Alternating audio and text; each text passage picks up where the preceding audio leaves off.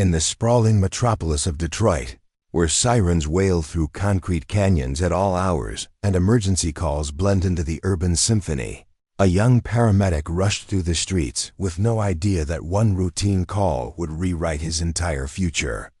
Marcus Williams, 26 years old and barely 3 years into his emergency medical career, had saved dozens of lives without expecting anything in return. But on this particular Tuesday evening, as his ambulance screamed toward an upscale neighborhood he rarely visited, fate was preparing to deliver a shock that would transform not just his bank account, but his understanding of human connection itself. Before we jump back in, tell us where you're tuning in from. And if this story touches you, make sure you're subscribed because tomorrow I've saved something extra special for you. The city stretched endlessly in every direction from Marcus's ambulance window, a patchwork of neighborhoods that told different stories depending on which exit you took off the freeway. Downtown Detroit pulsed with renewed energy, glass towers reflecting the amber glow of streetlights, while further out, entire blocks stood hollow-eyed and waiting for resurrection. Marcus knew every corner of this urban maze, from the gentrified districts where coffee shops charged $8 for a latte, to the forgotten streets where his own grandmother still lived, 3 deadbolts securing a door that had witnessed too much history. The Williams family had called Detroit home for 4 generations. Marcus's great-grandfather had arrived during the Great Migration, drawn by the promise of factory work and a steady paycheck. His grandfather had built transmissions at the Ford River Rouge complex for 37 years before the plant downsized and his pension evaporated overnight. His father had driven a city bus until his knees gave out and disability payments became the household's primary income source.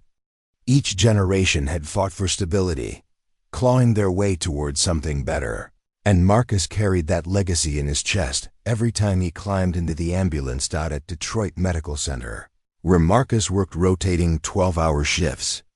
The emergency bay never truly emptied. Gunshot victims arrived alongside construction workers who'd fallen from scaffolding. Overdoses mixed with heart attacks, domestic violence calls interrupted by multi-car accidents on the Lodge Freeway.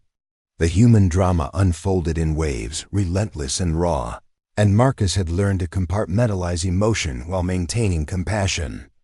His training had taught him to see patients as medical puzzles to solve, but his upbringing had taught him to see them as somebody's family. The other paramedics respected Marcus's calm under pressure, though some questioned his habit of staying late to check on patients who'd been admitted.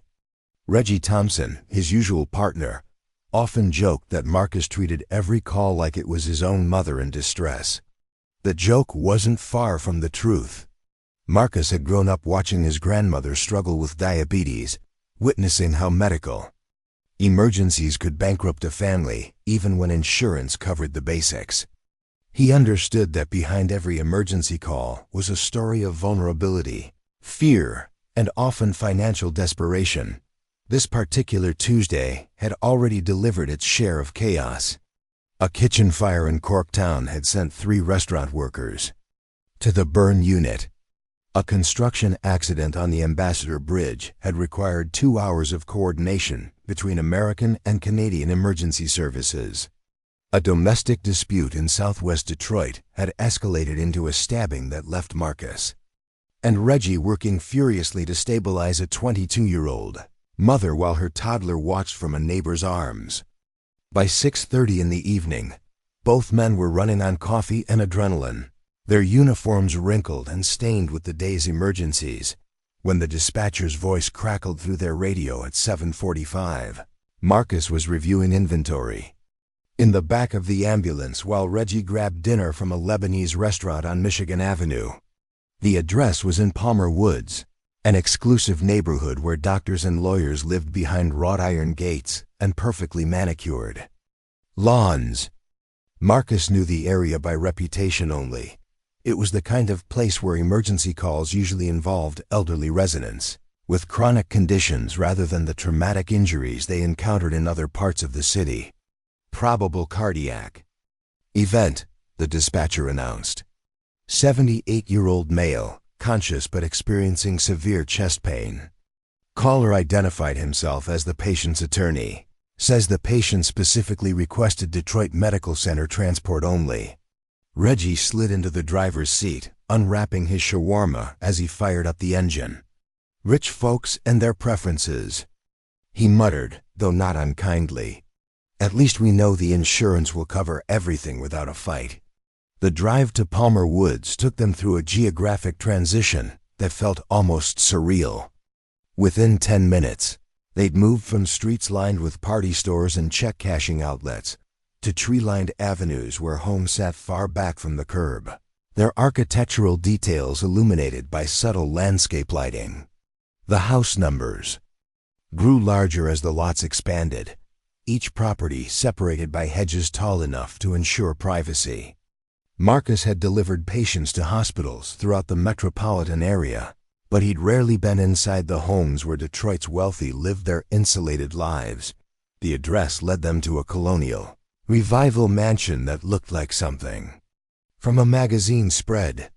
White columns supported a wraparound porch, while dormer windows punctuated a slate roof that probably cost more than Marcus earned in 2 years.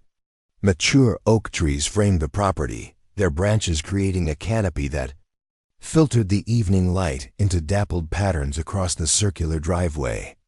A black Lincoln Navigator sat parked beside a Mercedes sedan, both vehicles looking freshly detailed.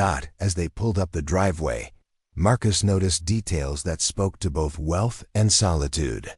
The landscaping was professionally maintained, but somehow lifeless, too perfect to suggest that anyone actually enjoyed walking through it.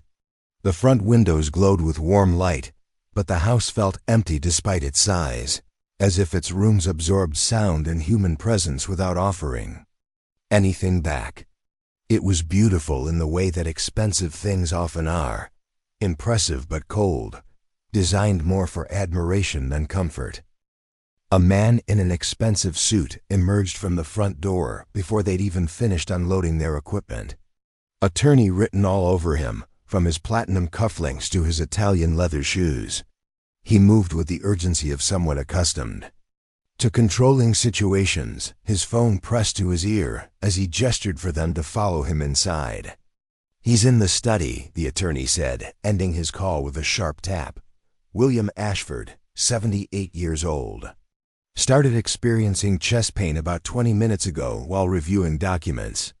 He refused to let me call 911 until the pain became unbearable, then insisted on Detroit Medical Center specifically. Marcus grabbed the cardiac monitor while Reggie handled the oxygen and medication kit. They'd performed this routine hundreds of times, their movements synchronized through repetition and mutual trust. But as they crossed the threshold into William Ashford's home, Marcus felt a subtle shift in atmosphere that he couldn't immediately identify. The house was too quiet, too still, as if it had been holding its breath for years.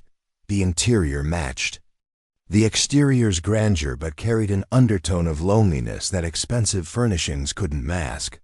Persian rugs covered hardwood floors that gleamed under crystal chandeliers. Oil paintings in gilded frames depicted landscapes and hunting scenes, while built-in bookcases held leather-bound volumes that looked more decorative than read. Everything was perfectly arranged and dust-free, maintained by invisible hands that kept the house museum-ready but somehow lifeless. The study where William Ashford waited was a sanctuary of mahogany and brass, lined with legal texts and financial journals. A massive desk dominated the center of the room, its surface covered with documents that had been hastily pushed aside. Behind the desk, in a leather chair that probably cost more than Marcus's monthly rent, Saturday, a man whose obvious wealth couldn't hide his current vulnerability. William Ashford was tall and distinguished even in distress, with silver hair combed back from a face that suggested decades of authority and decision-making. His white dress shirt was unbuttoned at the collar, his tie loosened, and perspiration beaded across his forehead, despite the house's perfect climate control.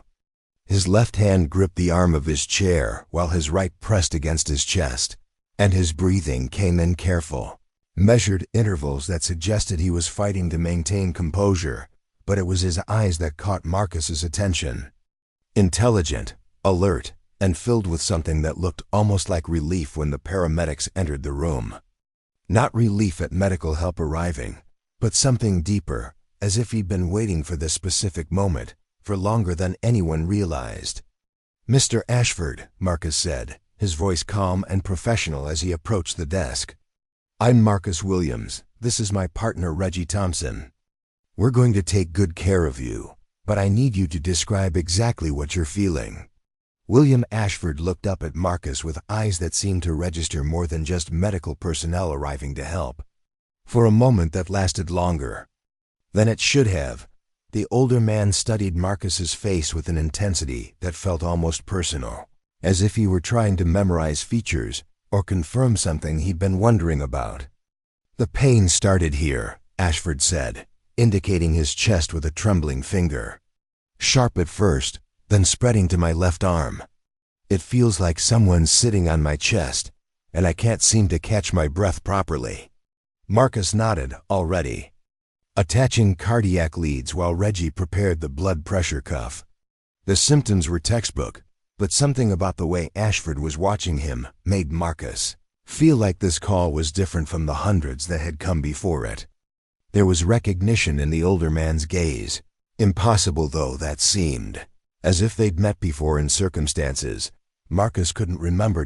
As the cardiac monitor began displaying Ashford's heart rhythm, Marcus saw what he'd expected. The irregular patterns and elevated readings that confirmed they were dealing with a serious cardiac event. But what he hadn't expected was the way William Ashford continued to watch him work, his eyes following Marcus's movements with an attention that went beyond typical patient anxiety. "Have we met before, son?" Ashford asked suddenly, his voice strained but curious. Marcus glanced up from the monitor, surprised by the question. "No, sir. I don't believe so. But right now I need you to focus on staying calm while we get you stabilized for transport." The attorney stepped forward, phone in hand again. "I'll follow you to the hospital. Mr. Ashford, your other documents are secure in the safe, as you requested." Something passed between the attorney and his client, a look that suggested important business had been concluded moments before the medical emergency began. Marcus filed the observation away while focusing on his patient's vital signs, but he couldn't shake the feeling that he'd walked into the middle of the story that had been unfolding long before the ambulance arrived. As they prepared William Ashford for transport, loading him onto the stretcher with practiced efficiency, Marcus caught the older man staring at him again with that same intense curiosity. It was the look of someone who'd found exactly what they'd been searching for. Even though Marcus couldn't imagine what a wealthy stranger in Palmer Woods could possibly have been searching for, that involved a paramedic from Detroit's east side. Ride to Detroit Medical Center would take 18 minutes through evening traffic, 18 minutes during which Marcus would monitor Ashford's cardiac rhythm and administer medications to keep him stable. But as they loaded the stretcher into the ambulance and Reggie fired up the engine, Marcus had no way of knowing that those 18 minutes would set in motion events that would challenge everything he thought he knew about luck, destiny, and the invisible threads that connect strangers across the vast distances of class, race, and circumstance. Preparing and narrating this story took us a lot of time, so if you are enjoying it, subscribe to our channel. It means a lot to us. Now, back to the story. In the back of the ambulance, as Detroit's lights blurred past the windows and the siren cleared their path through traffic, William Ashford closed his eyes and whispered something that Marcus almost missed over the sound of the cardiac monitor and the engine's steady rumble. "Finally," the older man said, so quietly it might have been meant for no one but himself. "Finally found you." The cardiac monitor's steady beeping filled the ambulance as Marcus worked with practiced precision, checking William Ashford's vitals every 30 seconds while adjusting the oxygen flow to maintain optimal saturation levels. Through the small window separating the patient compartment from the driver's cab, he could see Reggie navigating Detroit's evening traffic with the skill of someone who'd driven these streets for 8 years. The siren's wail cleared a path through the congestion on Woodward Avenue. But Marcus knew that every minute counted when dealing with a cardiac event in a 78-year-old patient. Ashford's blood pressure had stabilized somewhat since. They'd administered the nitroglycerin, but his heart rhythm remained irregular, throwing occasional premature ventricular contractions that made Marcus reach for the defibrillator paddles more than once. The older man's color had improved from the grayish pallor they'd found him in, but perspiration continued to bead across his forehead, despite the ambulance's air conditioning working at full capacity. "Mr. Ashford, I need you to rate your pain." "On a scale of 1 to 10, Marcus said, adjusting the IV drip that delivered a steady flow of saline and cardiac medications into the patient's left arm. 10 being the worst pain you've ever experienced. Ashford opened his eyes, focusing on Marcus with that same intense attention that had marked their initial encounter. 7, he said, his voice stronger than it had been at the house. "It was a 9 when it started, so whatever you're doing is helping." Marcus nodded, making notes on the patient report form while keeping one eye on the cardiac monitor. The rhythm was concerning but not immediately life-threatening, suggesting they were dealing with unstable angina rather than a full myocardial infarction. Still, at Ashford's age and with his symptoms, the situation remained serious enough to warrant immediate intervention at the hospital. "Do you have any history of heart problems?" Marcus asked, following standard protocol while checking the patient's pupils for signs of decreased oxygen to the brain. "Any previous heart attacks, bypass surgery, or cardiac procedures?" "Clean bill of health until today," Ashford replied, though his breathing remained labored. "My cardiologist always said I had the heart of a 60-year-old, Dr. Peterson at Detroit Medical Center actually. Been seeing him for 15 years. Marcus made another note, surprised by the coincidence. Dr. Peterson was the attending cardiologist who treated Marcus's grandmother during her last hospitalization 3 years ago. The connection felt strange, though Marcus knew that wealthy patients often sought care at Detroit Medical Center despite living in suburbs with their own hospitals. The facility's cardiac unit had an excellent reputation throughout the metropolitan area. "Dr. Peterson's one of the best," Marcus said, adjusting the oxygen mask to ensure a proper seal. "You're in good hands with him." Ashford nodded, then surprised Marcus by gripping his wrist with more strength than expected from someone experiencing cardiac distress. "Son, I need to tell you something before we get to the hospital. Something important." Marcus gently but firmly removed the patient's hand from his wrist, concerned about the agitation in Ashford's voice. Emotional stress could exacerbate cardiac symptoms, and his job was to keep the patient calm and stable during transport. "Mr. Ashford, the most important thing right now is keeping you relaxed. We can talk about whatever's on your mind after the doctors have a chance to examine you." "No," Ashford insisted, his voice carrying an urgency that made Marcus look up from the monitor. "You don't understand. I've been looking for you for 26 years. The statement hit Marcus like a physical blow, so unexpected and impossible that he wondered if the cardiac event was affecting Ashford's mental state. Patients experiencing heart attacks sometimes became confused or delusional due to decreased oxygen flow to the brain, though Ashford's pupils and responses suggested his cognitive function remained intact. "Sir, I think the stress of what you're experiencing might be causing some confusion," Marcus said gently. "I'm 26 years old. You couldn't have been looking for me for that long." Ashford's eyes sharpened, and despite his medical distress, he managed a smile that seemed to contain decades of stored emotion. Marcus Antoine Williams, born February 14, 1997, at Detroit Medical Center. Mother was Jennifer Williams, 17 years old at the time. Father unknown, listed as such on the birth certificate. The cardiac monitor's beeping seemed to grow louder as Marcus stared at his patient, his professional composure cracking for the first time in his 3-year career. Nobody knew his middle name except family members and close friends. It wasn't on his paramedic uniform or identification badge, and he'd never mentioned it during their brief interaction at the house. The specific details about his birth, his mother's age, even the hospital where he'd been born, information that would be nearly impossible for a stranger to obtain without significant resources and motivation. How do you know that? Marcus asked, his voice barely audible over the ambulance's engine noise. Before Ashford could respond, the cardiac monitor's alarm pierced the air as the older man's heart rhythm shifted into a dangerous pattern. Marcus immediately shifted back into emergency mode, pushing aside his personal shock to focus on the medical crisis unfolding before him. Ashford's blood pressure was dropping rapidly while his heart rate climbed to dangerous levels, indicating that his cardiac event was escalating despite their interventions. "Reggie!" Marcus shouted toward the front of the ambulance. "I need you to step on it. We're going into VTAC." The ambulance surged forward as Reggie pressed harder on the accelerator, using the shoulder of Telegraph Road to bypass a line of stopped traffic.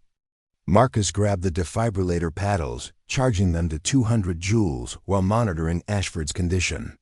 The older man remained conscious but was clearly struggling, his breathing becoming more labored as his heart fought to maintain circulation.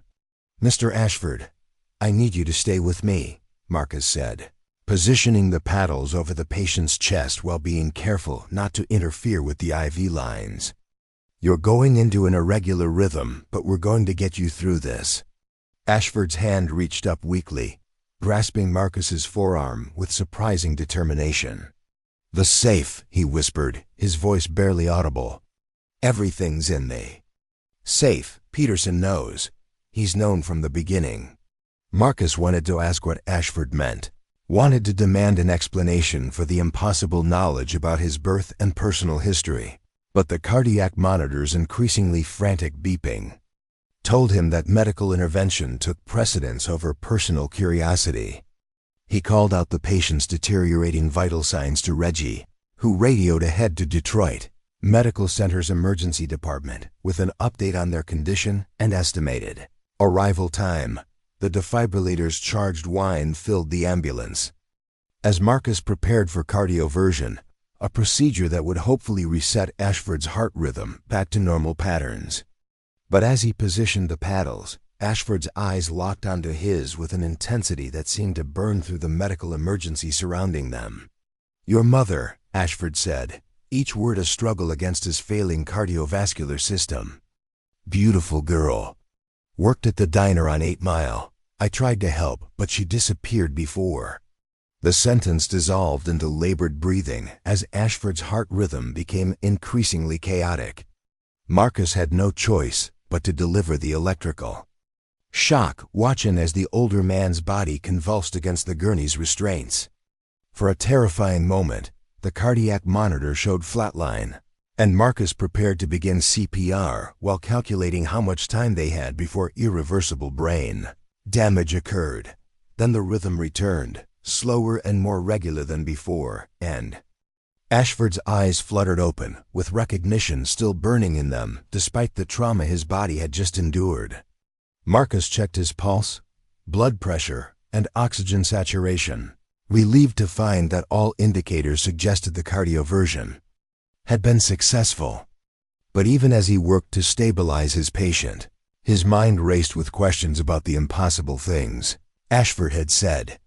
His mother had indeed worked at a diner on 8 Mile Road when she was 17, pregnant and desperate for any job that would hire someone in her condition. Marcus knew the story because his grandmother had told it to him countless times, how Jennifer had worked double shifts while her pregnancy progressed, saving every dollar from medical expenses and baby supplies, determined to provide for her child despite having no support from the father who'd abandoned her the moment he learned about the pregnancy. The ambulance pulled into Detroit Medical Center's emergency bay with a sharp turn that pressed Marcus against the side wall. Through the rear windows he could see the trauma team already assembling outside the emergency entrance, white coats, and scrubs moving with practiced efficiency as they prepared to receive the cardiac patient. Dr. Peterson himself stood among them, his presence confirming that Ashford was indeed a patient of significant importance. As they unloaded the gurney and began the rapid transfer into the emergency department, Ashford's hand shot out one final time, gripping Marcus's wrist with desperate strength. The cardiac monitor showed stable vital signs, but something in the older man's eyes suggested an urgency that went beyond medical concerns. "The attorney has everything," Ashford whispered as they wheeled him through the automatic doors. "Tell him you're ready to know the truth." Before Marcus could respond, the medical team surrounded the gurney, and he was pushed aside as doctors and nurses took over Ashford's care. He stood in the emergency department's bright fluorescent lighting, still processing the impossible conversation that had taken place during transport, when Dr. Peterson approached him with an expression that suggested this encounter was not entirely unexpected. "Marcus," the cardiologist said, using his first name despite the fact that they'd only met briefly during his grandmother's hospitalization years earlier. "We need to talk." The words hung in the air like an accusation, and Marcus realized that his life had just shifted in a direction he couldn't have imagined when he'd climbed into the ambulance that evening. Whatever William Ashford knew about his past, whatever connection existed between them, was about to be revealed in ways that would challenge everything Marcus thought he understood about his own story. In the distance, he could hear Reggie calling his name, probably wondering why his partner was standing frozen in the middle of the emergency department, instead of completing their patient report and preparing for their next call. But Marcus couldn't move, couldn't think beyond the impossible details Ashford had shared, and the growing certainty that his carefully ordered life was about to be turned completely upside down. The fluorescent lights hummed overhead, casting everything in the harsh brightness that made hospitals feel like places where secrets couldn't hide, where truth emerged whether people were ready for it or not. And as Dr. Peterson waited for his response, Marcus realized he was about to discover truths about himself that had been hidden for 26 years. Truths that a dying man had spent decades trying to reveal. Dr. Peterson's office on the 7th floor of Detroit Medical Center felt worlds away from the controlled chaos of the emergency department below. Floor-to-ceiling windows offered a panoramic view of the city's skyline, where lights twinkled in office buildings where late shift workers pushed through another Tuesday evening. The office itself reflected the career of a man who'd spent 30 years building one of the Midwest's most respected cardiac programs, medical journals stacked on mahogany shelves, framed degrees from Johns Hopkins and Harvard, photographs showing Peterson with colleagues at international conferences. Marcus sat in a leather chair that probably cost more than his monthly salary, his paramedic uniform feeling inadequate in the refined environment. 20 minutes had passed since Dr. Peterson had led him away from the emergency department. 20 minutes during which William Ashford had been stabilized and moved to the cardiac intensive care unit. Reggie had handled their patient report and restocked the ambulance, assuming his partner was providing additional medical history to the attending physician. The radio had already crackled with their next assignment, but Peterson had arranged for another crew to cover their calls for the remainder of the shift. "Your grandmother spoke about you often during her final weeks," Peterson said, settling behind his desk with 2 cups of coffee from the machine outside his office. "Ethel Williams was one of the strongest women I've ever treated. She faced her diabetes complications with more grace than patients half her age." Marcus accepted the coffee gratefully, using the moment to collect his thoughts. His grandmother's death 3 years ago had devastated him, not just because of their close relationship, but because she'd been the family historian, the keeper of stories that connected 4 generations of Williams' family experiences in Detroit. Without her, certain chapters of family history had simply vanished, leaving gaps that Marcus had never thought to question while she was alive. "She was proud of your decision to become a paramedic," Peterson continued. "Said you'd inherited the family instinct for helping people. That it went back generations to your great-great-grandmother, who'd been a midwife in Alabama before the family moved north. The detail surprised Marcus. His grandmother had mentioned their Alabama roots occasionally, but she'd never spoken of a midwife in the family lineage.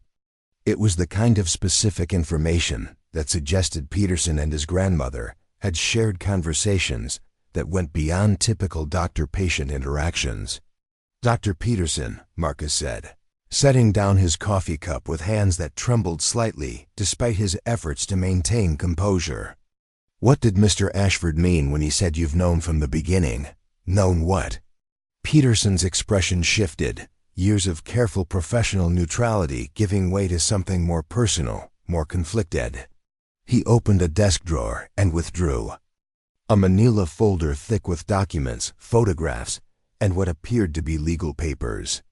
The folder was labeled with Marcus's full name and birth date, as if it were a medical file, though Marcus had never been Peterson's patient.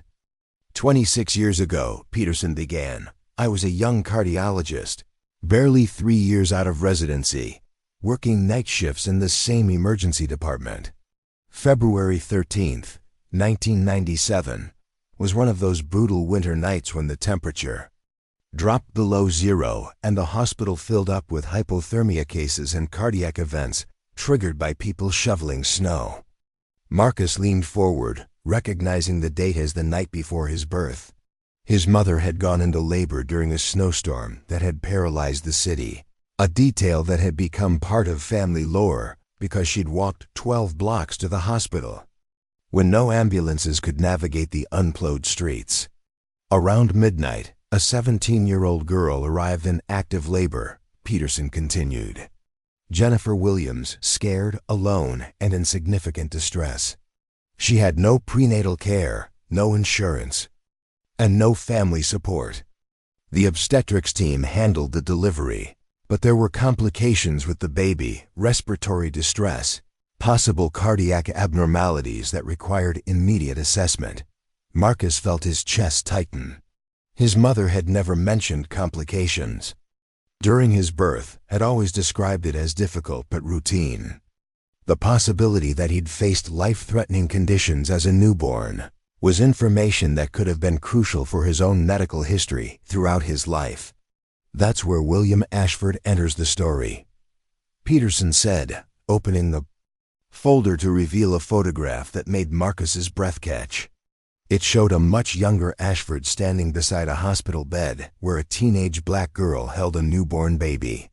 The girl was clearly his mother, though Marcus had never seen her looking so young, so vulnerable. The baby's face was barely visible, but medical equipment surrounded the small form, confirming Peterson's account of complications. Ashford's daughter had been my patient for 2 years, Peterson explained. Rebecca Ashford, 22 years old, diagnosed with hypertrophic cardiomyopathy, the same genetic condition that would eventually require a heart transplant. She was on the transplant waiting list, but her blood type and tissue markers made finding a compatible donor extremely difficult. Marcus stared at the photograph, trying to process information that seemed to rearrange everything he'd believed. About his earliest days, his mother had worked multiple jobs to support them both, had struggled financially throughout his childhood, but she'd never mentioned meeting wealthy benefactors or receiving assistance from strangers.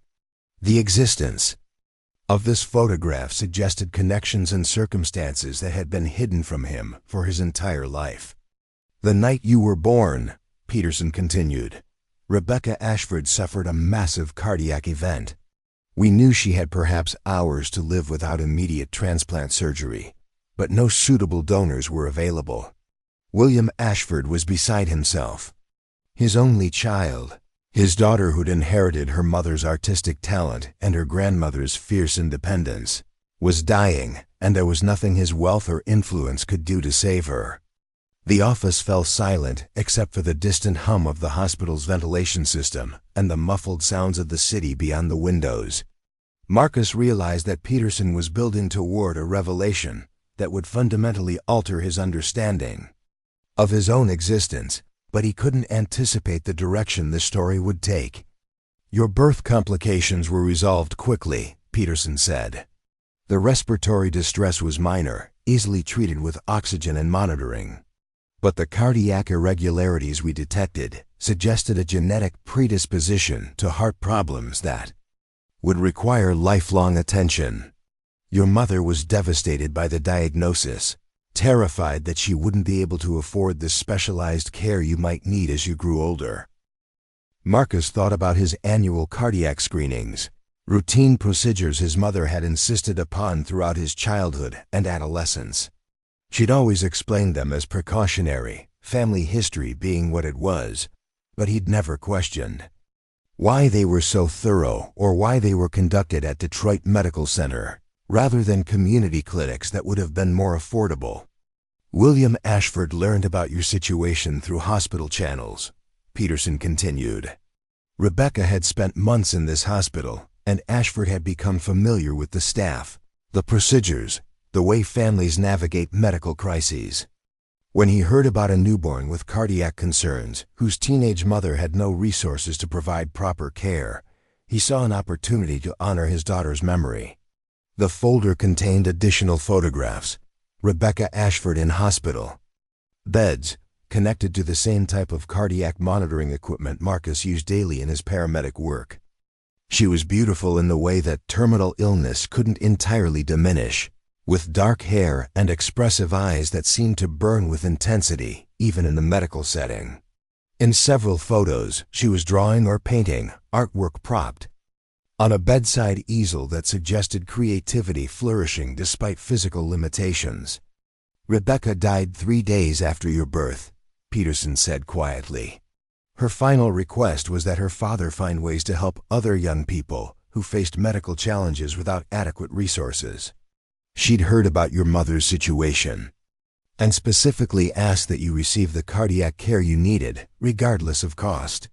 Marcus felt tears building behind his eyes, though he couldn't identify whether they stemmed from gratitude, confusion, or grief for a young woman he'd never known, whose death had somehow shaped his life.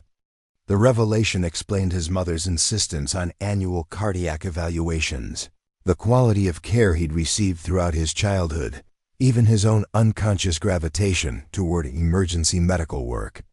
For 26 years, Peterson continued, William Ashford has quietly funded your medical care through a trust established in Rebecca's name. Every cardiac screening, every consultation, every test or procedure has been covered without your knowledge or your mother's complete understanding of the source. She knew someone was helping, but Ashford insisted on anonymity to protect both your family's dignity and his own privacy. The pieces of Marcus's life began rearranging themselves into new patterns. His mother's ability to afford medical care that should have been beyond their means. The family's gradual financial stability, despite her limited employment opportunities. Even his own path toward emergency medical work, which had always felt like a calling rather than a career choice, suddenly seemed influenced by invisible forces he'd never recognized. But why now? Marcus asked, his voice barely audible. Why? Reveal all of this tonight. Peterson closed the folder and leaned back in his chair, suddenly looking older than his 58 years. Because William Ashford is dying, Marcus.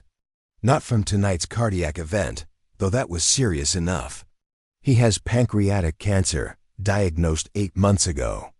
He has perhaps 6 weeks to live, maybe less. The information hit Marcus like another electrical shock.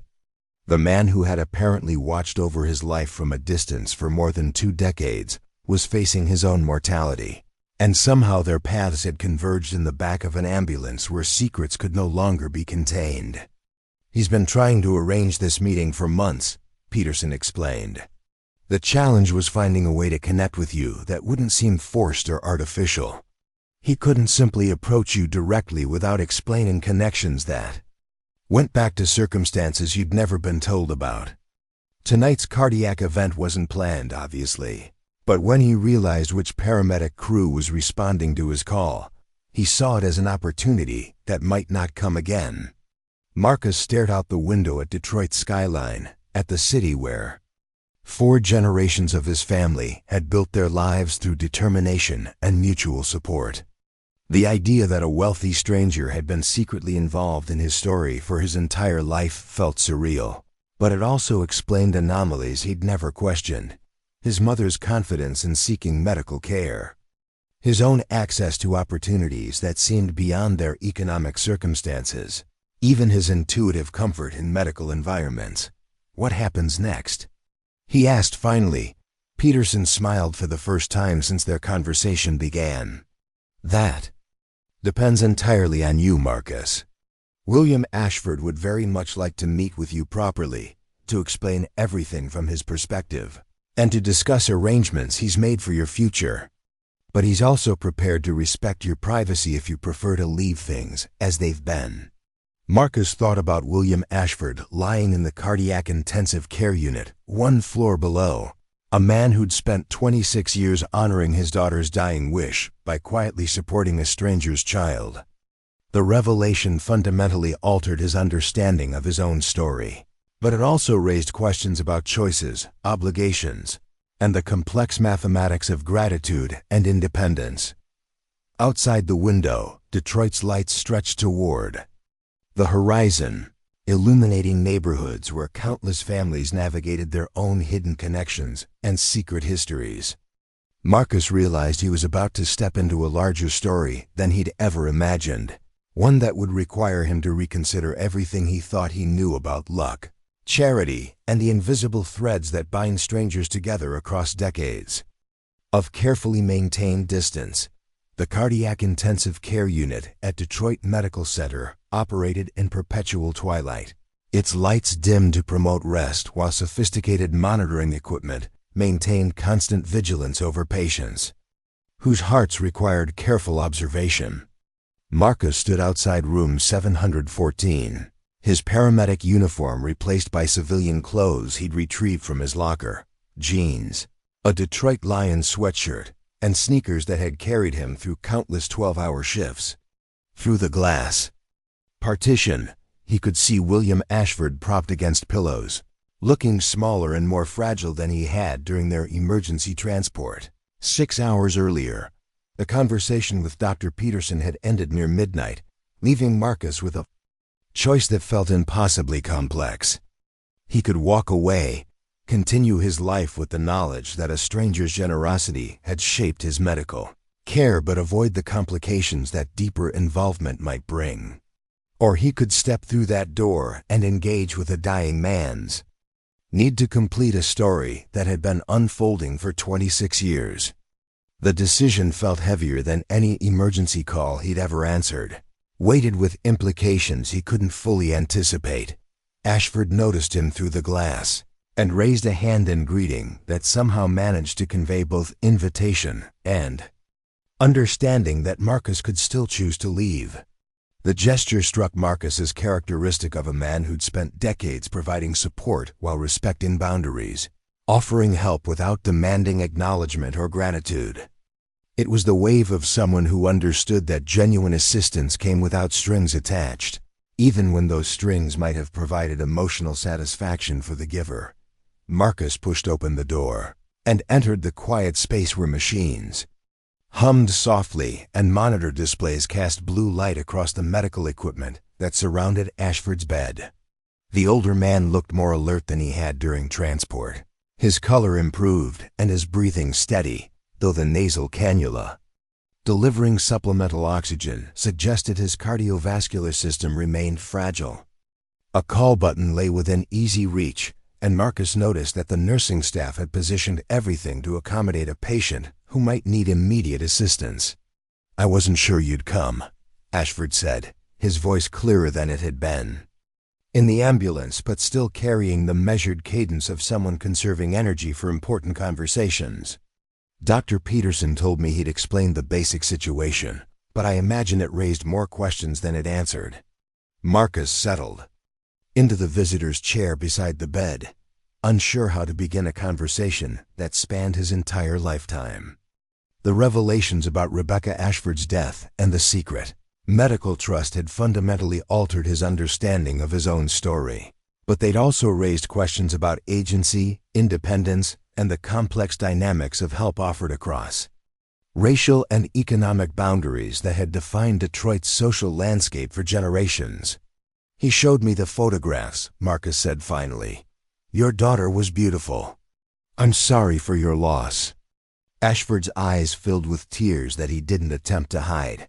Rebecca would have been 48 this year. She wanted to be an art teacher, believed that creativity could heal trauma in ways that medicine couldn't touch. Her paintings are still hanging in the children's ward downstairs. She donated them during her final weeks, because she wanted something of herself to remain in the place where she'd found so much compassion. The detail added another layer to Marcus's understanding of the Ashford family's connection to Detroit Medical Center. Rebecca hadn't just been a patient. She'd been someone who'd formed relationships with staff and other patients, someone whose presence had left lasting impacts beyond her father's financial contributions. It suggested that the family's involvement with the hospital grew from genuine engagement rather than simply wealthy philanthropy conducted at arm's length. Dr. Peterson said she specifically asked you to help me, Marcus continued. But I need to understand why. She didn't know me, didn't know my mother. What made her care about a stranger's baby? Ashford adjusted his position carefully, mindful of the 4 lines and monitoring leads attached to his chest. Rebecca spent 2 years in and out of this hospital, watching families navigate medical crises with varying levels of resources and support. She saw parents bankrupting themselves for their children's care, teenagers aging out of pediatric programs without adequate transition planning, families choosing between medical bills and basic necessities like food and housing. Marcus nodded, recognizing the scenarios from his own paramedic work.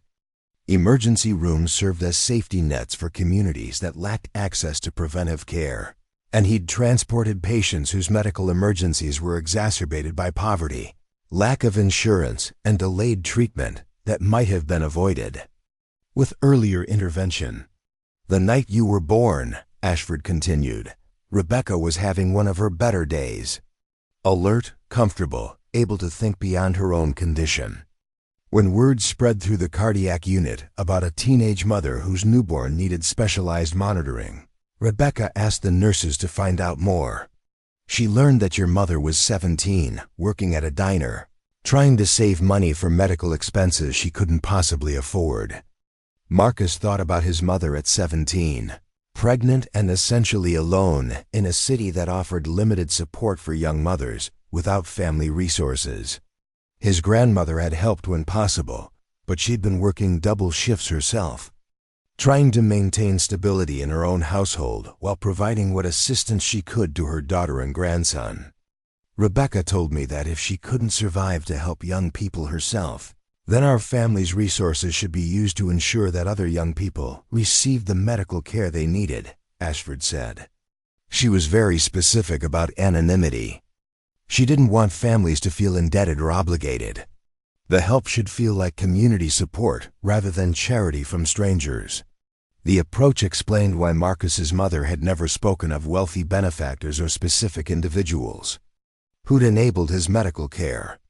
She'd known that someone was helping. The quality and consistency of his cardiac monitoring had been too sophisticated to attribute to community clinics or sliding scale payment programs, but she'd apparently accepted the assistance as part of a broader support network rather than personal charity from identifiable sources. For 26 years, Ashford continued, I've received annual reports about your health, your education, your career choices. Nothing invasive or inappropriate, just confirmation that Rebecca's investment in your future was yielding positive results. When I learned you'd become a paramedic, chosen a career dedicated to helping others during their most vulnerable moments, I felt proud in a way that probably isn't entirely rational. Marcus found himself smiling despite the emotional weight of the conversation. My grandmother always said helping people was the family business, going back generations. I thought it was just something she said to make me feel good about choosing emergency medical work instead of pursuing college immediately after high school. Your grandmother was a remarkable woman, Ashford said. Dr. Peterson spoke with her several times over the years, coordination related to your care. She never asked questions about funding sources, never pushed for information beyond what was necessary for your medical management. But she made it clear that your family valued independence and self-determination above financial assistance. The detail provided insight into his grandmother's character that Marcus hadn't previously understood. She'd navigated the complex dynamics of accepting help while maintaining dignity, ensuring that her family benefited from available resources without compromising their sense of agency and self-respect. It was a delicate balance that suggested deep wisdom about the psychology of assistance and the importance of preserving recipient autonomy. Dr. Peterson also mentioned that you've made arrangements for my future, Marcus said, approaching the topic that felt most complicated. I need you to understand that I'm grateful for everything you've done, but I'm not looking for inheritance or ongoing support. I have a good job, decent benefits, and I'm building my own life. Ashford nodded as if he'd expected exactly that response. Rebecca predicted you'd feel that way. She said that truly helping someone meant preparing them to be independent, not creating dependency. The arrangements I've made aren't designed to replace your own efforts or diminish your achievements. From the bedside table, Ashford retrieved a leather portfolio that had been placed within easy reach. Inside were documents that appeared to be legal papers, financial statements, and what looked like property deeds. He opened the portfolio carefully, his movements deliberate, despite the fatigue that clearly affected his energy levels. The medical trust that's covered your care will continue indefinitely, Ashford explained. Not because I think you can't afford your own health care, but because Rebecca believed that removing financial barriers to medical care was a basic human right. The trust extends to your future family as well, children, spouse, whoever might need cardiac monitoring based on genetic predispositions. Marcus felt his throat tighten at the mention of future family. At 26, he'd been focused on building his career and hadn't seriously considered marriage or children. But the idea that his unknown descendants might benefit from Rebecca. Ashford's generosity added another dimension to the legacy he was being offered. There's also this, Ashford said, producing a property deed that made Marcus's breath catch. The house where you grew up on Detroit's east side. Your grandmother sold it to cover medical expenses during her final illness, and your mother moved to an apartment afterward. I purchased the property from the new owners 6 months ago and had it restored to the condition your family would remember. Marcus stared at the deed, which showed his name as the legal owner of the small house on McKinley Street where he'd spent his childhood. His grandmother had been devastated when financial pressures forced the sale of the house where she'd raised 3 generations of the Williams family, but she'd accepted it as necessary to ensure proper medical care during her declining health. The house comes with an endowment for maintenance and property taxes, Ashford continued. It's yours to live in, sell, rent, or give to other family members, whatever feels right for your circumstances.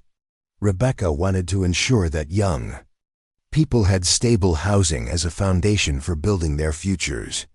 The generosity felt overwhelming, but Marcus recognized that Ashford had structured the gifts to enhance rather than replace personal achievement. The medical trust provided security without eliminating the need for employment. The house offered stability without dictating lifestyle choices. It was assistance designed to expand options rather than create dependency. Why now? Marcus asked. You could have arranged for me to receive these things after your death without ever revealing the connection. Why risk complications by telling me the truth? Ashford's smile carried decades of stored affection. Because Rebecca taught me that relationships matter more than transactions. For 26 years, I've watched you from a distance, feeling proud of your accomplishments, but never experiencing the joy of connection. I'm dying, Marcus, and I'd like to spend my remaining time knowing the young man my daughter helped to nurture." Outside the window, Detroit's skyline stretched toward dawn, the city slowly awakening to another day of struggles and triumphs, emergencies and recoveries, stories that connected strangers across boundaries they'd never expected to cross. Marcus realized he was being offered more than financial assistance. He was being invited into a relationship that honored both his independence and a dying man's need to complete a story that had shaped both their lives for longer than either had fully understood. The 3 days following Marcus's hospital conversation with William Ashford passed in a blur of routine emergency calls that felt anything but routine. Each medical crisis he responded to carried new weight. Each patient interaction filtered through his evolving understanding of how hidden connections could shape entire lifetimes. When he transported an elderly man experiencing chest pains, he found himself wondering what stories lay beneath the surface of their brief encounter. When he helped a young mother whose toddler had suffered a febrile seizure, he thought about support systems that operated invisibly, providing assistance without fanfare or recognition. Reggie noticed the change immediately. During their Thursday shift, while restocking supplies after a particularly challenging multi-vehicle accident on Interstate 75, he finally addressed the elephant that had been riding in their ambulance since Tuesday night. "You gonna tell me what's eating you, or am I supposed to pretend you haven't been staring into space like you seen a ghost?" Reggie asked, organizing bandages with the methodical precision that came from 8 years of partnership dynamics. "Ever since that rich dude's cardiac call, you've been acting like someone rewrote your life story." Marcus paused in his inventory of cardiac medications, realizing that his emotional distraction was affecting his professional performance. Reggie deserved better than a partner whose mind wandered during critical procedures, and their patients deserved medical professionals who remained fully present during emergencies. The revelation about Ashford's involvement in his life had created cognitive interference that could become dangerous if he didn't find ways to process it constructively. "Something like that," Marcus admitted, though he couldn't begin to explain the complexity of what had been revealed without violating patient confidentiality and betraying Ashford's trust. "Just family stuff coming to light that I wasn't expecting." Reggie nodded with the understanding of someone who'd grown up in Detroit, where family histories often contained surprises that emerged decades after events had shaped lives in ways people didn't recognize at the time. Good surprises are the kind that make you question everything you thought you knew. "Both," Marcus said honestly. "Definitely both." The conversation was interrupted by their radio crackling with another emergency call, a construction accident in downtown Detroit where a worker had fallen from scaffolding and was experiencing potential spinal injuries. Marcus forced himself to compartmentalize his personal situation as they raced through traffic, siren clearing their path while he mentally reviewed spinal immobilization protocols and trauma assessment procedures. The injured worker was conscious and responsive, but the complexity of his injuries required careful stabilization and transport to Detroit Medical Center's trauma unit. During the transport, Marcus found himself providing exactly the kind of professional, compassionate care that had initially attracted him to emergency medical work. He monitored the patient's neurological status while maintaining cervical spine immobilization, his hands steady and his voice calm despite the worker's obvious fear about permanent paralysis. It was the kind of medical emergency that required complete focus on immediate needs rather than long-term implications, and Marcus felt grateful for work that demanded presence over introspection. But as they delivered the patient to the trauma team, Marcus caught sight of Dr. Peterson consulting with colleagues near the emergency department's central station. Their eyes met briefly across the controlled chaos of shift change, and Peterson's slight nod conveyed understanding that Marcus was still processing their earlier conversation. The acknowledgement felt supportive without being intrusive, recognition that life-changing revelations required time for integration rather than immediate decisions. After their shift ended at 7 Thursday evening, Marcus drove to the McKinley Street house that had apparently belonged to him since Ashford's quiet purchase and restoration 6 months earlier. He parked across the street, studying the small structure where he'd spent his childhood, trying to reconcile his memories with the reality that someone else had been watching over his family's stability for most of his life. The house looked exactly as he remembered it, but better: fresh paint on the trim, new steps leading to the front porch, windows that gleamed with recent cleaning. The small front yard had been professionally landscaped with plants that would thrive in Detroit's climate, while the driveway showed signs of recent resurfacing. It was restoration that honored the original character while addressing decades of deferred maintenance that his grandmother couldn't afford during her final years.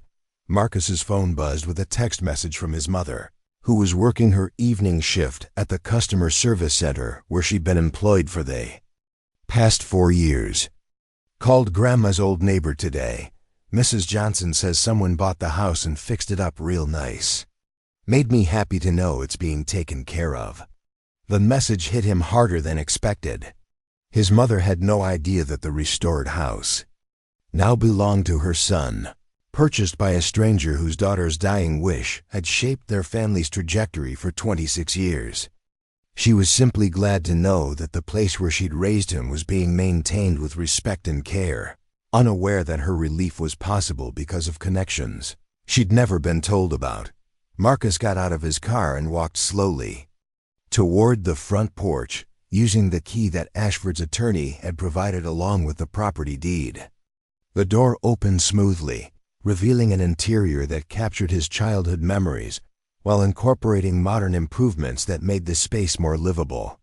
The hardwood floors had been refinished, the kitchen updated with energy-efficient appliances, and the plumbing and electrical systems upgraded to current standards.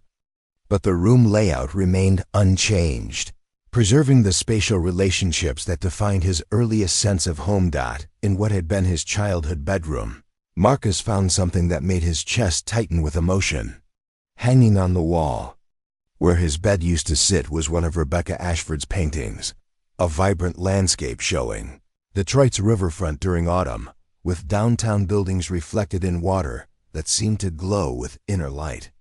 A small placard identified it as Hope Persists and noted that it was on loan from the Rebecca Ashford Memorial Collection at Detroit Medical Center. The painting transformed the room from real estate transaction into personal gift, evidence that Ashford understood the difference between providing housing and creating a home.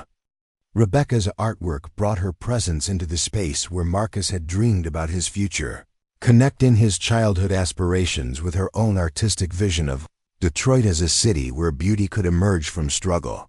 Marcus sat on the Waikasa floor beneath the painting, surrounded by the familiar proportions of the room where he'd spent countless hours reading, studying, and imagining what his adult life might become.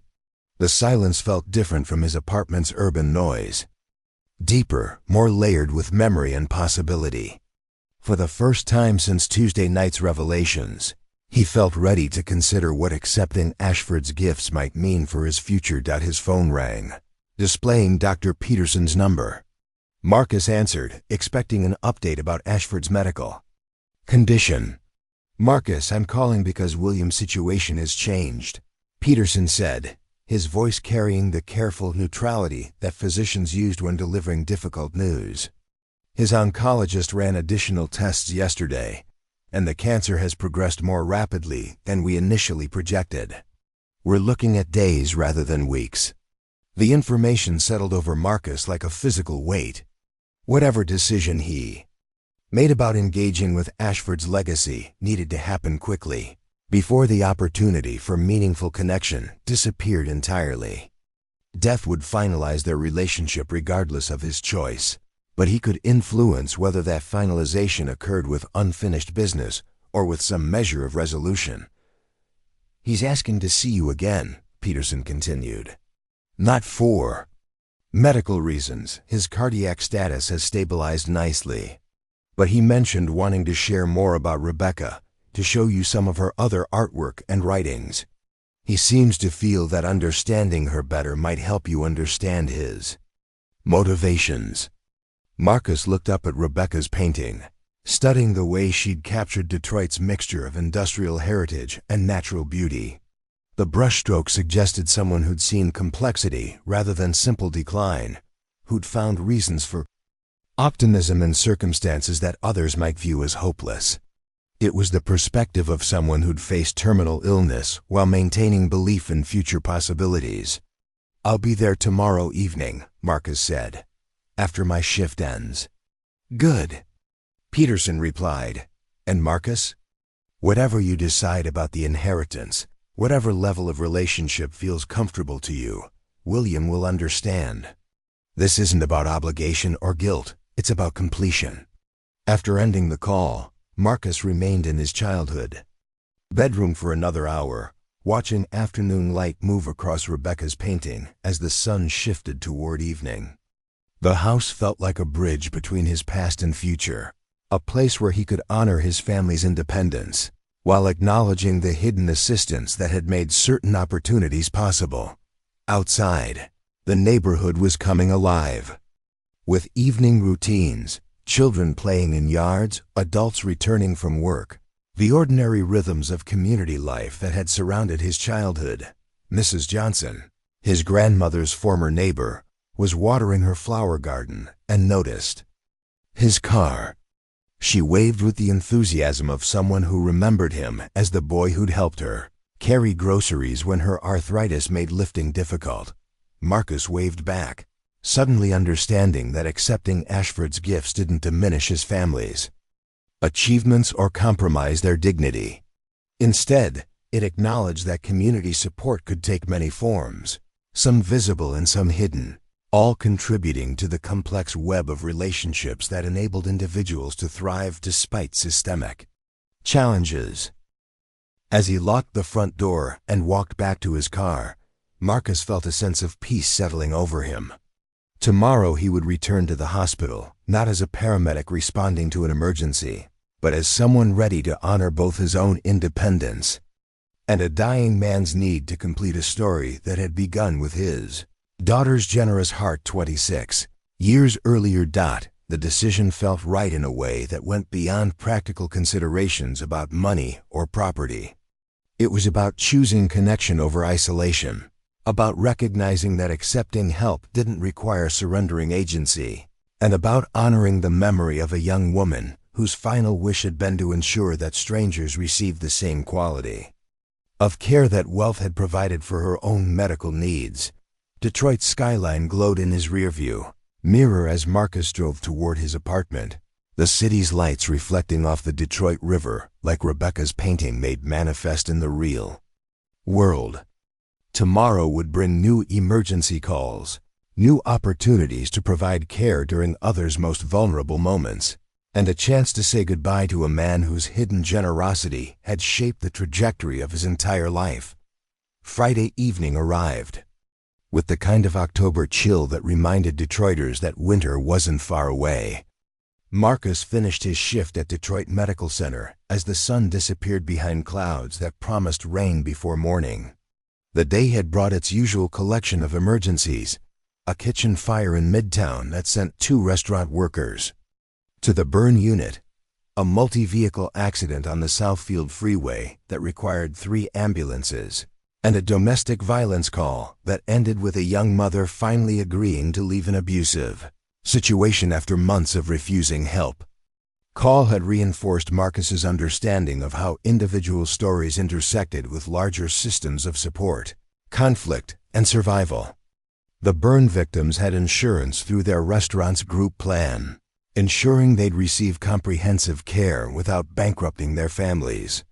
The accident victims included an uninsured construction worker whose injuries would create financial catastrophe alongside physical trauma. The domestic violence survivor was connected with social services, legal advocacy, and temporary housing that made her escape possible after years of feeling trapped by economic dependence. As Marcus changed out of his uniform in the locker room, he reflected on how his own story fit into Detroit's broader narrative of communities navigating challenges through combinations of formal systems and informal networks. The revelation about Ashford's support had initially felt like an anomaly, but he was beginning to understand it as part of the city's complex ecosystem of mutual aid, where help flowed through channels both visible and hidden. William Ashford's room in the cardiac intensive care unit showed subtle changes that indicated his condition was deteriorating despite the medical team's best efforts. Additional monitoring equipment surrounded his bed. 4 pumps delivered medications at carefully calibrated rates, and the lighting had been dimmed to reduce stress on his nervous system. But Ashford himself appeared more alert than during their previous meeting, as if he'd summoned energy reserves for what both men understood might be their final substantial conversation. "I'm glad you came back," Ashford said, his voice weaker but carrying unmistakable warmth. "I wasn't certain you would, and I couldn't have blamed you for deciding this was more complicated than you wanted to handle." Marcus settled into the visitor's chair, noticing that someone had arranged several items on the bedside table that hadn't been there during his previous visit. Art supplies, sketch pads, and what appeared to be a collection of letters tied with a faded ribbon suggested that Ashford had been preparing for this conversation with the same care he'd apparently brought to supporting Marcus's family for 26 years. "Dr. Peterson said you wanted to tell me more about Rebecca," Marcus said. "I saw one of her paintings in the house on McKinley Street. It's beautiful work." Ashford's face brightened with paternal pride that transcended his physical discomfort. "She painted that piece during her 2nd year of treatment, when she was spending weeks at a time in the hospital, but was still strong enough to work at her easel for several hours each day. The view from her room overlooked the Detroit River, and she became fascinated with how the water reflected different moods depending on weather conditions and time of day." He gestured toward the sketchpad on the bedside table. "These are some of her preliminary studies for that painting. She filled dozens of books with observations about light, color, and the way urban landscapes could contain unexpected beauty, if you knew how to look for it." Marcus opened the sketchpad carefully, finding page after page of detailed drawings that captured Detroit from angles he'd never considered. Rebecca had drawn the Ambassador Bridge during different seasons, the Renaissance Center reflecting sunset colors, Hart Plaza during summer festivals when families gathered for outdoor concerts. Her artistic vision presented the city as a place of possibility rather than decline, emphasizing human connection and natural beauty alongside industrial heritage. She spent her final months creating what she called a visual love letter to Detroit. Ashford continued. Rebecca believed that art could change how people saw their surroundings, that beauty was a form of resistance against despair. She wanted her paintings to remind viewers that hope was always available, even in circumstances that seemed overwhelming. Marcus studied a particularly detailed sketch of the Eastern Market, where vendors sold fresh produce and families shopped for ingredients that connected them to cultural traditions from around the world. Rebecca had captured not just the architectural details of the historic buildings, but the energy of human interaction, the way commerce could build community across racial and economic boundaries. "The letters are from some of the young people. Your medical trust has helped over the years," Ashford said, indicating the ribbon-bound collection. "Not many. We've always maintained strict privacy policies, but occasionally families wanted to express gratitude without knowing specific details about funding sources. Rebecca would have loved reading about their accomplishments." Marcus untied the ribbon with reverence, understanding that he was being entrusted with evidence of how Rebecca's dying wish had rippled through other lives over the course of more than 2 decades. The letters came from parents, students, and young adults whose medical care had been quietly supported through the trust established in her memory. Their stories varied widely, but common themes emerged around relief, opportunity, and the difference that access to quality health care had made during crucial periods of development. One letter particularly caught his attention, written by a young woman named Kaisha who'd received cardiac surgery at age 16 through trust funding. She'd graduated from Wayne State University with a nursing degree and was working in Detroit Medical Center's pediatric ward, specifically drawn to helping children with congenital heart conditions. Her career choice had been directly influenced by the quality of care she'd received during her own medical crisis, creating a cycle where assistance led to service that would benefit future patients. "She's not the only one," Ashford said, noticing Marcus's focus on Kaisha's letter. "At least 6 young people who received trust support have entered medical fields themselves. It's not required or expected, but there seems to be a natural progression, from receiving compassionate care to wanting to provide it for others." Marcus thought about his own path toward emergency medical work, wondering how much his career choice had been influenced by subconscious awareness of the quality care he'd received throughout his childhood. The trust support had removed financial barriers that might have limited his medical options, potentially affecting his overall health in ways that made physically demanding work more feasible as an adult. "There's something else I want you to see," Ashford said, reaching for a manila envelope that had been positioned within easy reach. Rebecca's final project, completed just days before she died. She called it a blueprint for hope. The envelope contained architectural drawings and detailed plans for what appeared to be a community health center designed specifically for underserved neighborhoods. Rebecca had collaborated with medical professionals, urban planners, and community activists to create a model that would integrate primary care, emergency services, preventive programs, and social support in a single accessible location. Her artistic vision had shaped every aspect of the design, from natural lighting that would promote healing environments to public spaces that encouraged community gathering. She envisioned multiple centers throughout Detroit, Ashford explained, each one adapted to specific neighborhood needs, but sharing core principles about dignified care, cultural competency, and community ownership. Her final weeks were spent refining these plans with the hope that someone would eventually bring them to reality. Marcus studied the architectural drawings with growing excitement, recognizing how such centers could address many of the systemic healthcare access issues he encountered daily in his paramedic work.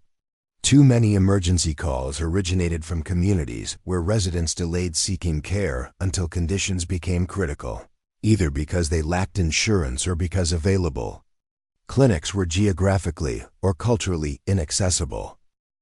"The trust fund I've established for you includes resources to build the first Rebecca Ashford Community Health Center," Ashford continued, "but only if that's something you choose to pursue. The money could be used for any purpose you determine. Education, housing, starting a family, whatever direction your life takes."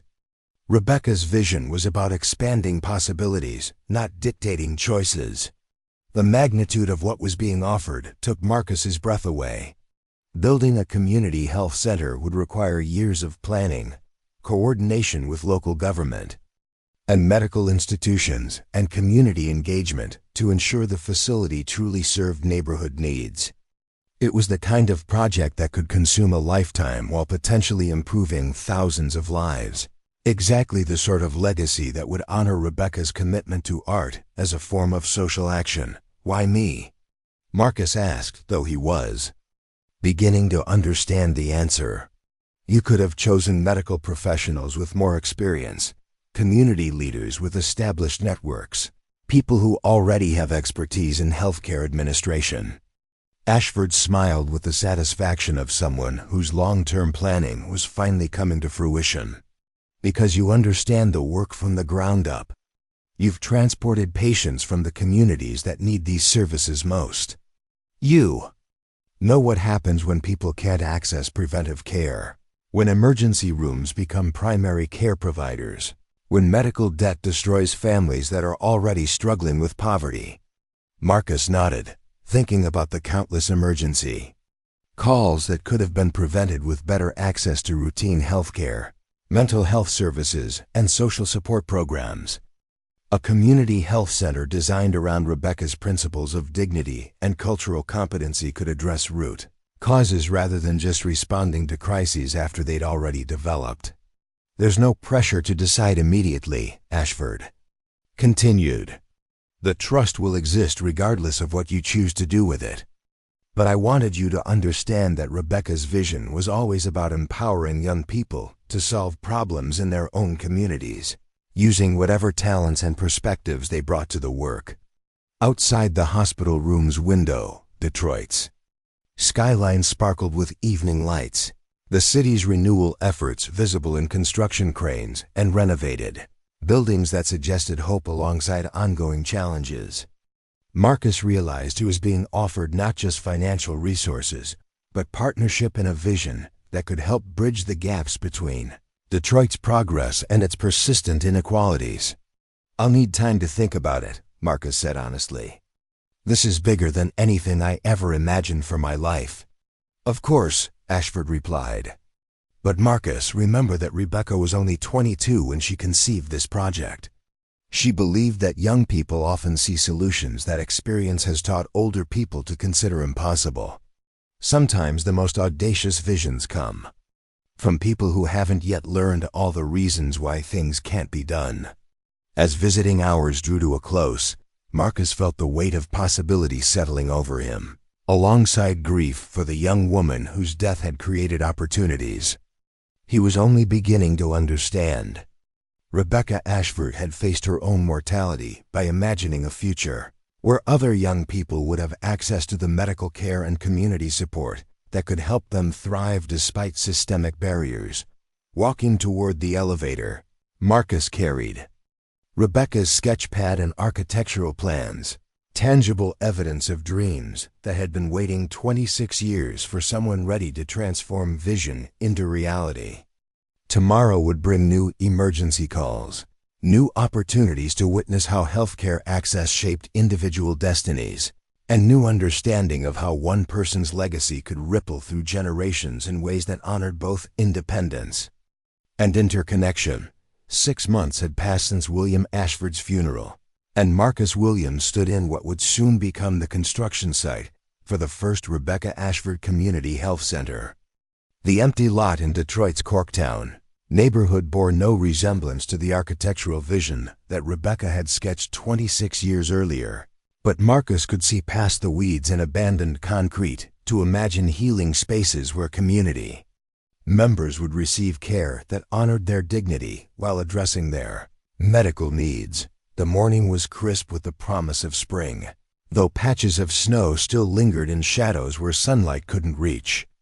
Marcus wore a hard hat and safety vest over his civilian clothes, having taken a leave of absence from paramedic duty to focus full-time on bringing Rebecca's vision to reality. The transition from emergency response to community development had challenged him in ways he hadn't anticipated, requiring skills in project management, community organizing, and municipal politics that weren't covered in paramedic training. Dr. Peterson approached from the parking area, where city officials, community leaders, and future health center staff had gathered for the groundbreaking ceremony. The cardiologist had become Marcus's closest advisor during the planning process, helping navigate the complex relationships between medical institutions, government agencies, and neighborhood organizations that needed to align for the project. "To succeed, nervous?" Peterson asked, noting the way Marcus kept checking the speech notes folded in his jacket pocket. "Terrified," Marcus admitted honestly. 6 months ago, I was responding to emergency calls and trying to keep people alive during transport. Now I'm supposed to give a speech about community health transformation to an audience that includes the mayor, hospital administrators, and people who've been fighting for healthcare access longer than I've been alive. Peterson smiled with the understanding of someone who'd watched Marcus grow into leadership responsibilities with remarkable speed and intuition. "Rebecca would have been proud of how you've approached this work. You've honored her vision while making it your own, and you've built coalitions that none of us thought possible when you first proposed moving forward with the project." The coalition had indeed been Marcus's most significant achievement during the planning phase. Rather than imposing Rebecca's architectural plans on the community, he'd spent months attending neighborhood meetings, listening to residents describe their healthcare experiences, and incorporating their feedback into designs that reflected local priorities alongside medical best practices. The result was a health center that would provide primary care, emergency services, mental health counseling, and social support programs in an environment that felt welcoming rather than institutional. Kisha Montgomery, the young woman whose letter Marcus had read in Ashford's hospital room, had become the project's nursing director after completing additional training in community health administration.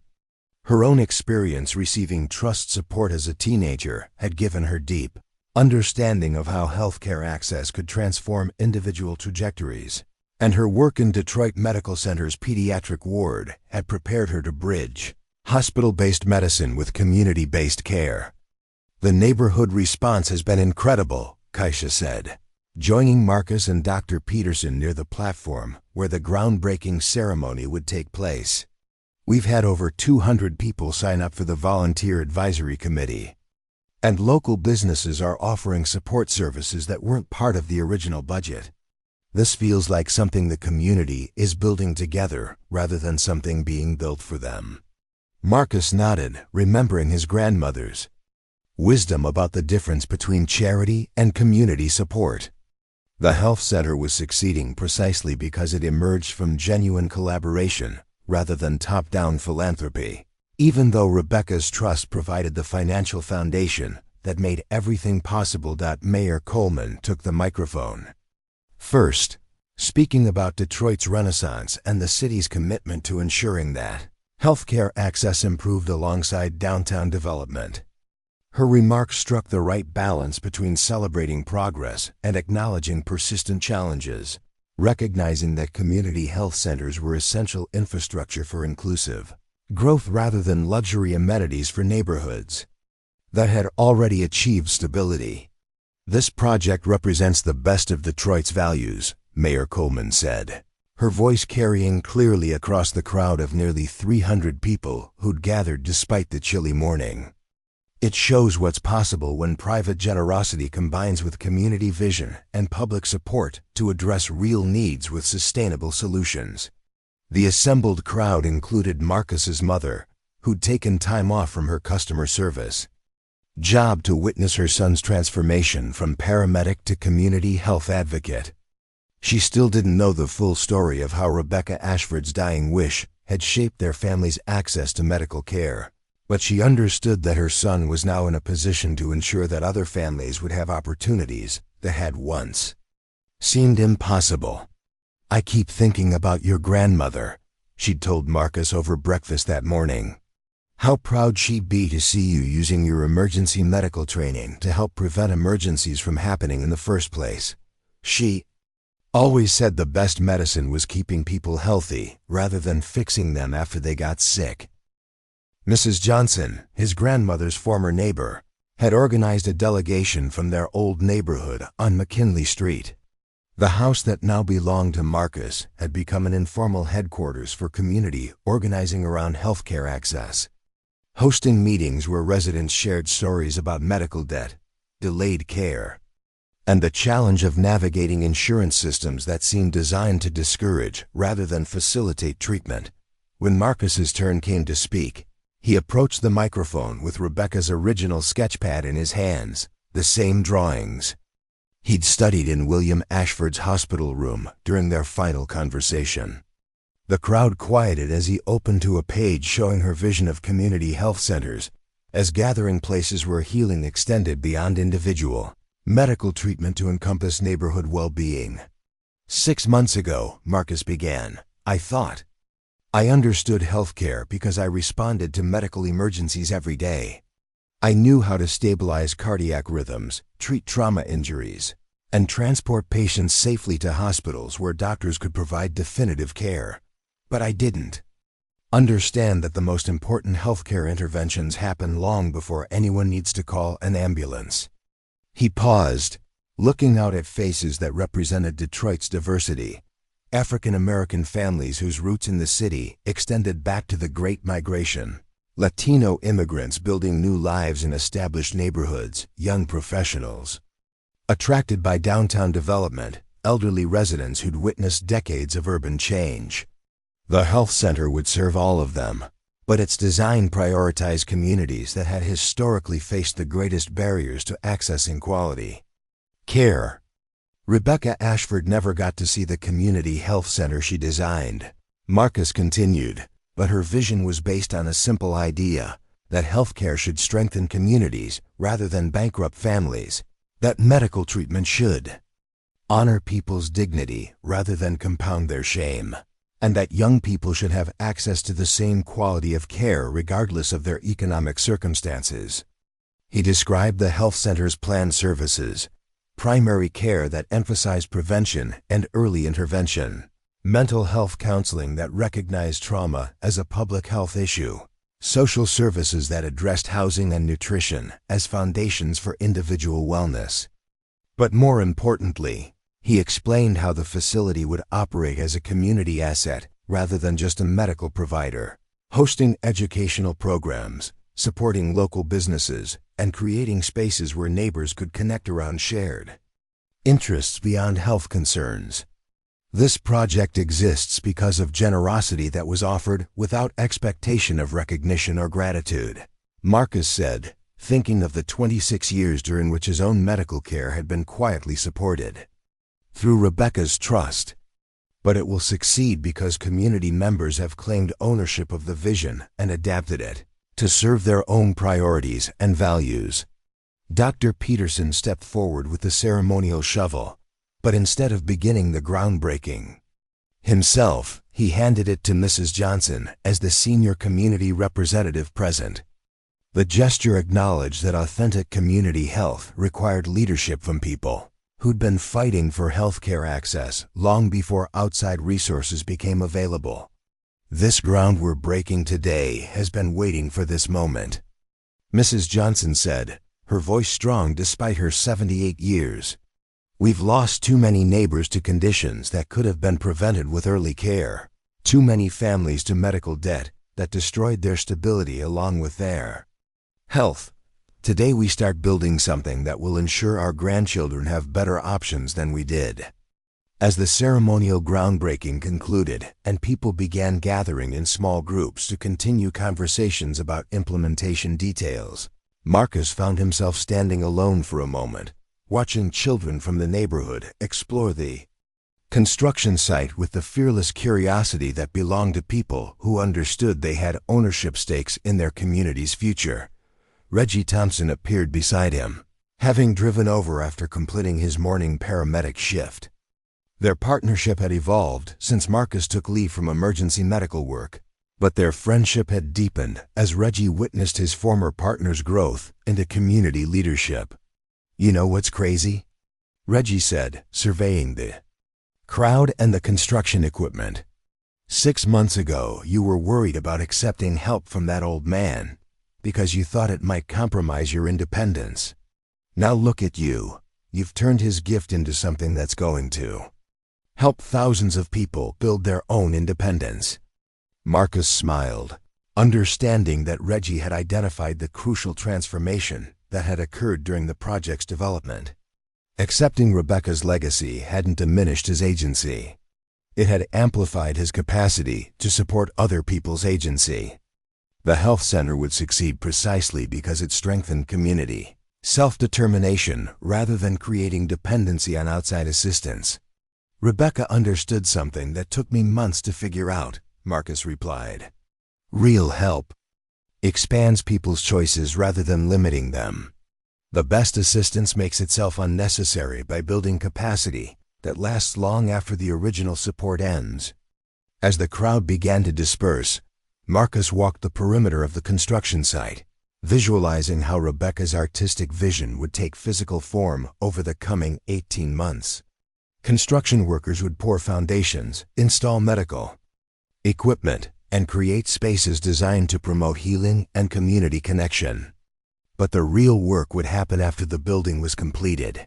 when healthcare providers, social workers, and neighborhood residents collaborated to ensure that the center fulfilled its promise of accessible, dignified care for everyone who needed it. His phone buzzed with a text message from Kaisha, who was coordinating the volunteer training programs that would begin once construction was underway.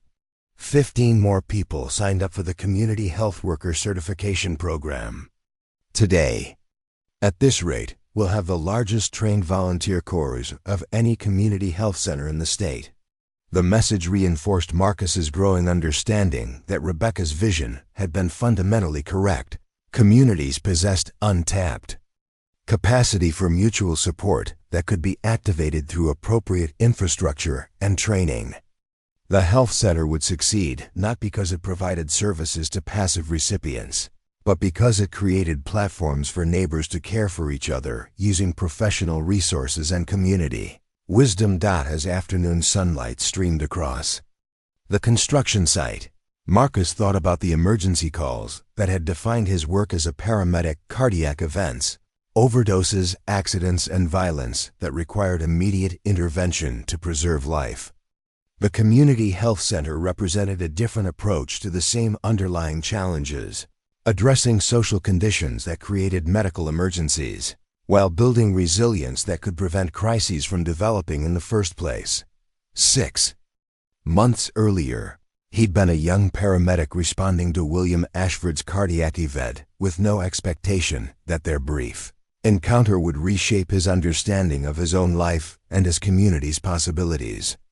Now he was leading a project that could influence healthcare access for decades, transforming individual tragedy into collective opportunity, while honoring the memory of a young woman whose dying wish had been to ensure that strangers received compassionate care.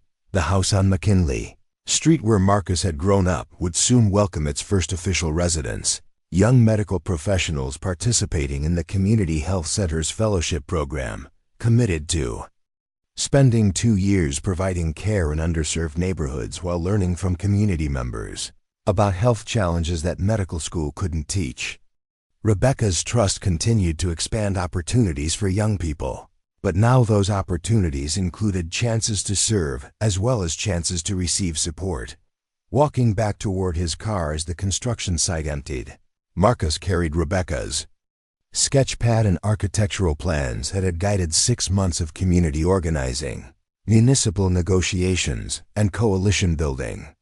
Tomorrow would bring new challenges as construction began in earnest, but it would also bring new possibilities as the vision Rebecca had conceived during her final weeks began taking physical form in the neighborhood where Marcus had learned about resilience, mutual support, and the difference between surviving and thriving.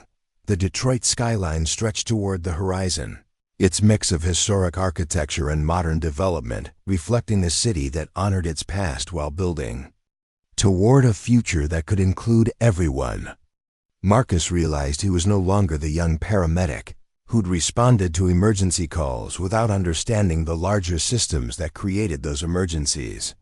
He'd become someone who could help build alternatives to crisis response, someone whose work expanded possibilities rather than just preventing tragedies. Rebecca Ashford's legacy lived on not just in the trust fund that made the health center possible, but in the collaborative relationships that ensured the project would serve community needs rather than imposed solutions.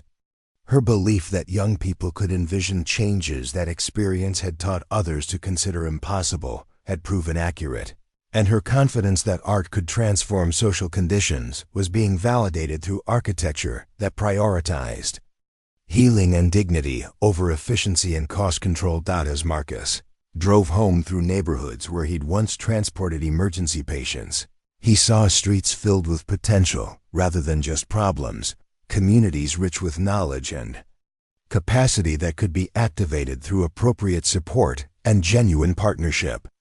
The transformation was just beginning, but its foundation rested on the simple truth that Rebecca had understood at 22, that helping others ultimately meant helping yourself, that individual healing required community wellness, and that the most profound changes often began with single acts of unexpected generosity that rippled outward through time and space in ways that no one could fully predict or control. 3 years later, the Rebecca Ashford Community Health Center stood as a testament to what was possible when vision met commitment and resources aligned with community wisdom. The building itself had become a neighborhood landmark, its warm brick exterior and welcoming glass entrance designed to feel more like a community center than a medical facility. Solar panels gleamed on the roof, rainwater collection systems nourished the healing gardens that surrounded the building, and large windows ensured that natural light filled every treatment room and gathering space. Marcus had returned to paramedic work part-time, but his role had evolved dramatically. Instead of simply responding to emergencies, he now served as the liaison between Detroit Medical Center's emergency department and the community health center, helping identify patterns in emergency calls that could be addressed through preventive interventions. His unique perspective as someone who understood both emergency response and community health had made him invaluable in developing programs that reduced unnecessary hospital admissions while improving health outcomes for neighborhood residents. The data supported what everyone involved in the project had hoped to achieve. Emergency calls from the surrounding area had decreased by 37% over 3 years, while resident satisfaction with healthcare access had increased dramatically. More importantly, the health center had become a genuine community gathering place, hosting everything from diabetes management classes to art therapy sessions led by local artists inspired by Rebecca's belief in creativity as a healing force. Dr. Peterson had stepped back from his administrative duties at Detroit Medical Center to serve as the health center's medical director, finding renewed purpose in practicing medicine that emphasized relationships over transactions. His office walls displayed some of Rebecca's original paintings, alongside photographs of community events, health screenings, and the graduation ceremonies for community health workers who'd completed their certification programs. The most remarkable thing, Peterson often told visitors, is how the center has become self-sustaining, not just financially, but culturally. The community has taken complete ownership of the vision and adapted it in ways that Rebecca couldn't have anticipated but would absolutely have celebrated. Kaisha had been promoted to executive director after completing her master's degree in public health administration, her thesis focusing on community-controlled healthcare as a model for addressing health disparities in urban environments. Under her leadership, the center had secured federal grants that allowed for expansion of mental health services, and she was consulting with other cities interested in replicating the Detroit model. The fellowship program housed in Marcus's childhood home had graduated 12 young healthcare professionals who'd committed to serving in underserved communities after completing their 2-year residencies. Several had chosen to remain in Detroit permanently, starting families and careers in neighborhoods they'd initially viewed as temporary assignments. The house on McKinley Street had become known throughout the medical community as a place where idealistic young doctors and nurses could develop the skills and perspective necessary for effective community health practice. Marcus's personal life had also been transformed by the connections forged through the health center project. He'd married Dr. Aisha Tompkins, a family medicine physician who'd completed her fellowship at the center and decided to establish her practice in the community, where she'd discovered her calling. Their wedding reception had been held in the health center's community room, with Mrs. Johnson offering the blessing and Dr. Peterson serving as master of ceremonies. Their first child, Rebecca Ashford Williams, had been born the previous spring, her name honoring the young woman whose vision had shaped her parents' life together. Baby Rebecca's nursery featured one of the original Ashford paintings, a gentle landscape that seemed to glow with the same hope that had inspired her namesake's community health center designs. Sometimes I think about how different everything could have been, Marcus said during a recent interview with a national public health journal.